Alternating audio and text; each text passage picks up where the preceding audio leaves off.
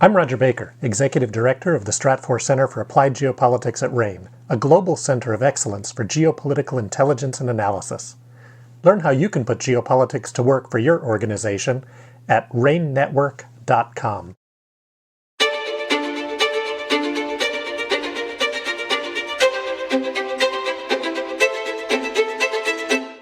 Hello and welcome to RANE's Essential Geopolitics podcast.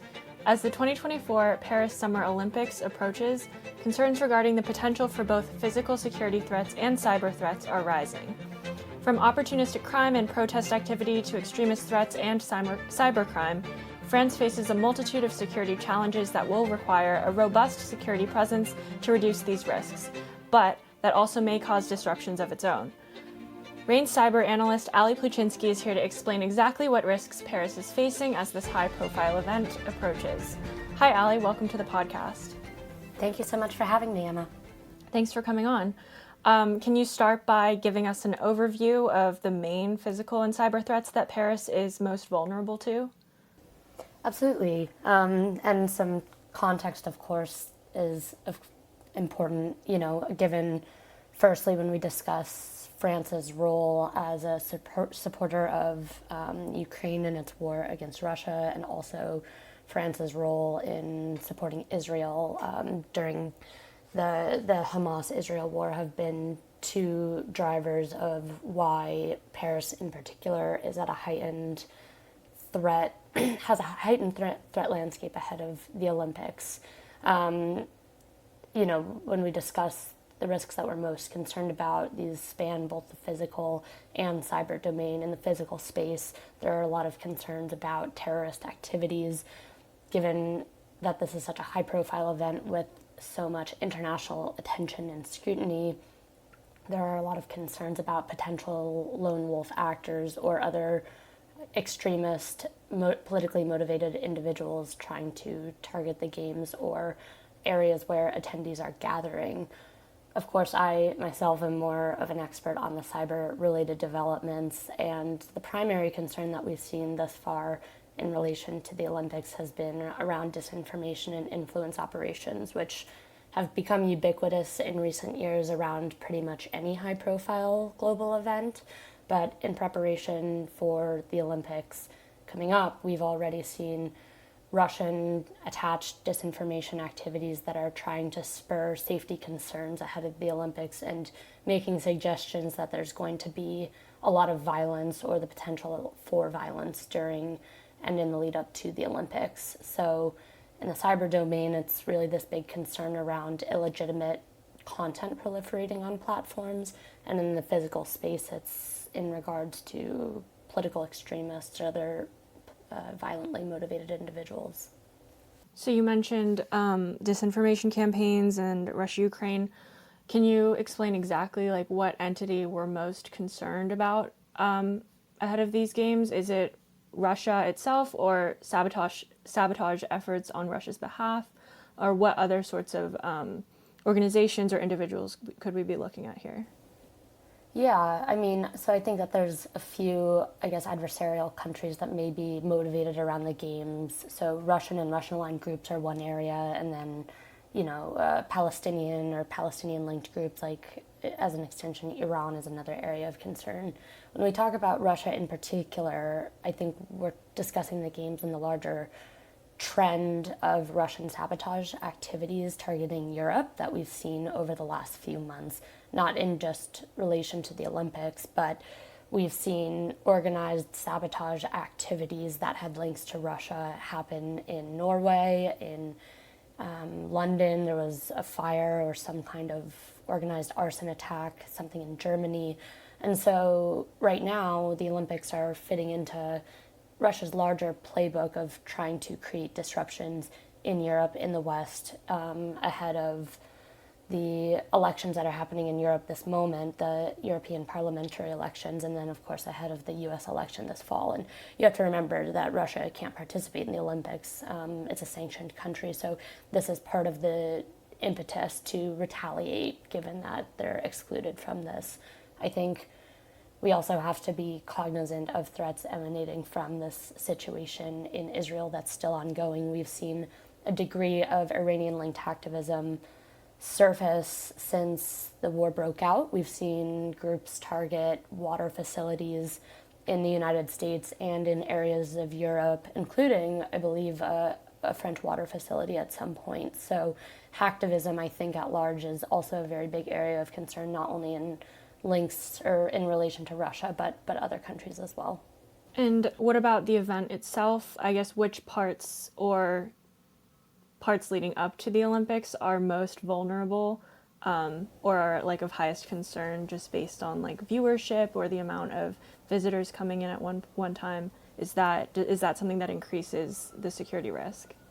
Yeah, I think, again, if we separate this between like the physical and cyber domain, physical risks are going to emanate from when you have the highest density of people in certain areas. And so I think just at large, any of these games or events around the games that are bringing large gatherings of people together are definitely an area of concern. But I think if we speak just from the symbolic perspective, the opening ceremony is a big point of concern because it's such a symbolic and high-profile moment that is a big celebration of country's nationalism, and therefore is, kind of has a big target on its back for being, a potential victim, not only for geopolitically motivated threats, but also even when we talk about cyber criminal groups like ransomware groups, there's a motivation for them to try and disrupt the games because it is so high profile and because they can gain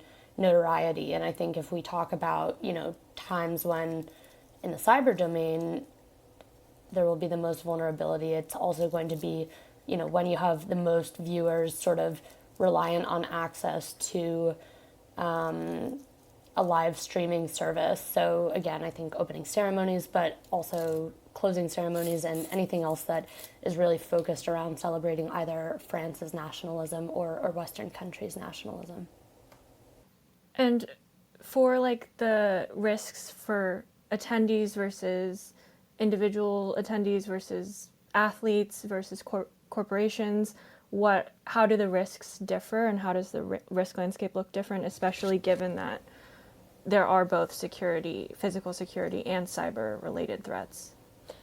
Yeah, I mean, I think it's important to note, Emma, that at the end of the day, the average attendee is going to have a higher risk of falling victim to some kind of phishing or smishing, alert that has some kind of connection to the games that people fall victim to because they're not being attentive enough and see something in relation to the games and then they click on it and get a virus or, some kind of a financial extortion incident. And those are, at the end of the day, what are most likely to be the average person's concern in relation to the games. But I think, when you talk about athletes or higher profile individuals, I think the biggest concerns for them are around, intimidation. Doxing is a big trend that we've seen of publicizing people's personal information in an effort to intimidate or hurt them. Swatting incidents, these fake police calls, obviously those aren't going to be quite as likely around the games, but I think these examples of motivated violence against high-profile individuals is a trend that we're concerned about. And then I think if we speak to the corporate level, Emma, it's more along the lines of reputational damage. I think corporations that have really clear ties to, the games that maybe also have ties to other geopolitical situations like defense contractors or really high-profile Western brands that are heavily associated with, the United States may be, again, symbolic targets for hacktivist activity that either seeks to destroy websites or deface websites or otherwise render them inaccessible for users. So, I'm thinking about the example when Nancy Pelosi went to visit Taiwan and we saw 7-Elevens across Taiwan be hacked into and display messages on 7-Eleven TVs that said, get out of here, warmonger Pelosi. And so there was this symbolism connection between 7-Eleven and the United States, and that's why this company was targeted. So I think in the same vein, any kind of company or organization that has really explicit connections to geopolitical developments right now in the world are more likely to be targets during this event. I know it's kind of hard to predict or prepare for, but is there anything kind of across the board that companies or individuals should be doing, knowing that this risk landscape is going to be increasing as the Olympic events come down the pike, I guess? Yeah, I mean, for individuals attending the events, there's all kinds of smart safety steps that are just good for any kind of travel for large-scale events, and that includes cyber hygiene, not connecting to unprotected public Wi-Fi networks, not using public outlets when possible, and avoiding any kinds of malicious or suspicious, rather, looking emails or links.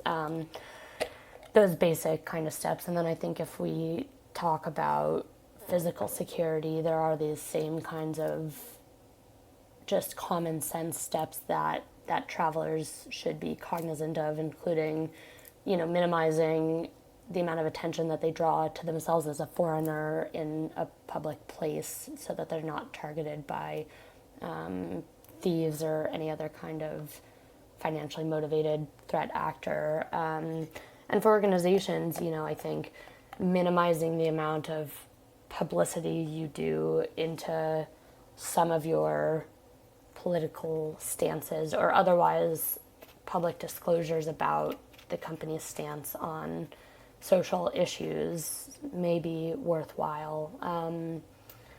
But again, I think, just exercising common sense, ensuring that you follow cyber hygiene and have basic protocol and safety in place is sufficient for most individuals. And I think also just staying updated and alert for developing information around either the games, safety events, or safety threats around the games, and staying up to date through other sources.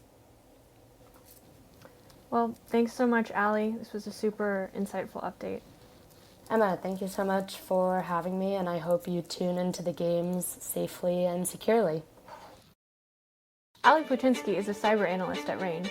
You can find more of her analyses or learn more about our suite of risk intelligence products and solutions at ranenetwork.com. That's RANE network.com. I'm Emma Kami. Thanks for listening.